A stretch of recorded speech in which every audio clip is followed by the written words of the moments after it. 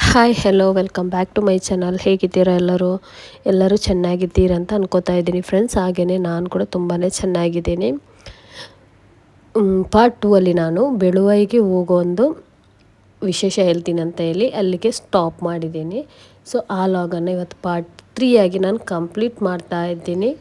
ಹಾಗೆ ನನ್ನ ಚಾನಲ್ ನೀವು ಫಸ್ಟ್ ಟೈಮ್ ನೋಡೋದಾದರೆ, ಸಬ್ಸ್ಕ್ರೈಬ್ ಮಾಡದೇ ನೋಡೋದಾದರೆ ಪ್ಲೀಸ್ ಒಂದು ಸಬ್ಸ್ಕ್ರೈಬ್ ಮಾಡಿ ನೋಡ್ಕೊಳ್ಳಿ. ಹಾಗೆ ನಿಮ್ಮ ಫ್ಯಾಮಿಲಿ ಫ್ರೆಂಡ್ಸ್ ಎಲ್ರಿಗೂ ಶೇರ್ ಮಾಡಿ, ಹಾಗೆ ಲೈಕ್ ಕಾಮೆಂಟ್ ಕೂಡ ಹಾಕಲಿಕ್ಕೂ ಮರಿಬೇಡಿ. ಸೊ ಇನ್ನೇನು, ನಾನು ಇವತ್ತಿನ ಲಾಗಿಗೆ ವೆಲ್ಕಮ್ ಮಾಡ್ತಾ ಇದ್ದೀನಿ. ಸೊ ಇವಾಗ ನಾನು ಬೆಳುವಾಯಿಗೆ ಹೋಗ್ತಾ ಇದ್ದೀನಿ.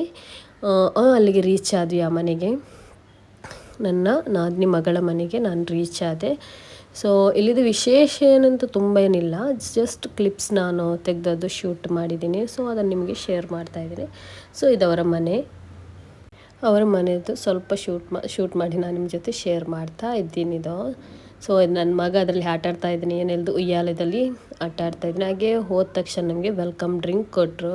ಹಾಗೆ ವೆಲ್ಕಮ್ ಡ್ರಿಂಕ್ ಕೊಡಿದ್ರೆ ನಾನು ಸ್ವಲ್ಪ ಔಟ್ಸೈಡ್ ಬಂದು ವೀಡಿಯೋಸ್ ಮಾಡೋಣ ಅಂತ ಹೇಳಿ ವೀಡಿಯೋ ಮಾಡ್ತಾಯಿದ್ದೀನಿ. ಮಾವಿನಕಾಯಿ ಆಗಿದೆ.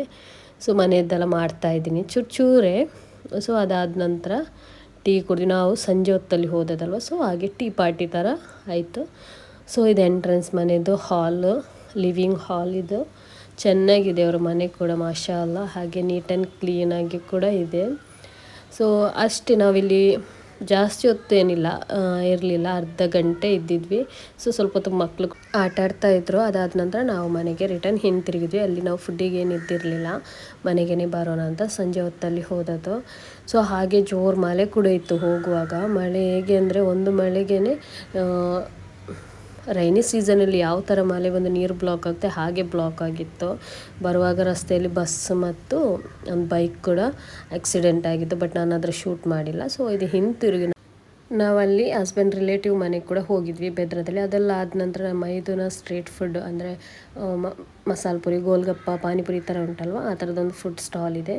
ಸೊ ಅಲ್ಲಿ ಕೂಡ ತಿಂದು ನಾವು ನಮ್ಮ ಮನೆಗೆ ರಿಟರ್ನ್ ಬಂದ್ವಿ. ಸೊ ಈ ಲಾಗನ್ನು ನಾನು ಇಲ್ಲಿಗೆ ವೈಂಡ್ ಅಪ್ ಮಾಡ್ತಾ ಇದ್ದೀನಿ. ಸೊ ನನ್ನ ಇವತ್ತಿನ ಲಾಗ್ ನಿಮಗೆ ಇಷ್ಟ ಆಗಿದೆ ಅಂತ ಅನ್ಕೋತಾ ಇದ್ದೀನಿ ಫ್ರೆಂಡ್ಸ್.